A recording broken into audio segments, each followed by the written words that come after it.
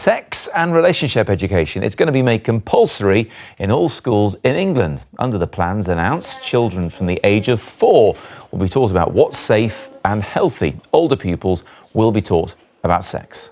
Children in our education system are growing up in a very different country than the one we did. They face really very different risks from online bullying, sexting, all sorts of challenges, and we need to make sure that our schools are well equipped to be able to help them learn about those challenges and deal with them. Joining me now is Francis Gilbert, an author and former teacher as well. Let's cut to the chase, Francis. Is 4 too young? I don't think it is. I think this legislation is long overdue, these changes to the curriculum.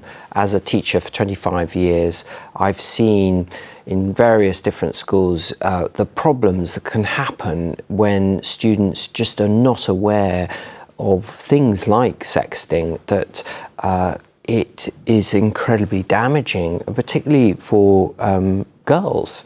And these proposals include looking at things like violence against women, looking at LGBTQI rights, those sorts of issues which are really important, so that there's a conversation got going on these sorts of issues. And they're calling it sexual relationships education, as we said there. The mechanics of sex will be taught to older children. But really, is it right that the government's empowering schools to do this? Shouldn't they perhaps be educating parents to educate their kids first? Well, I think it's the beginning of a conversation with schools and parents and carers, isn't it? I think many parents feel ill-equipped to actually deal with some of these issues that they haven't encountered themselves. So hopefully with properly trained teachers to look at things like online pornography, you're going to get everyone being better educated. And particularly in primary schools, the dialogue between parents and carers and teachers is usually very strong.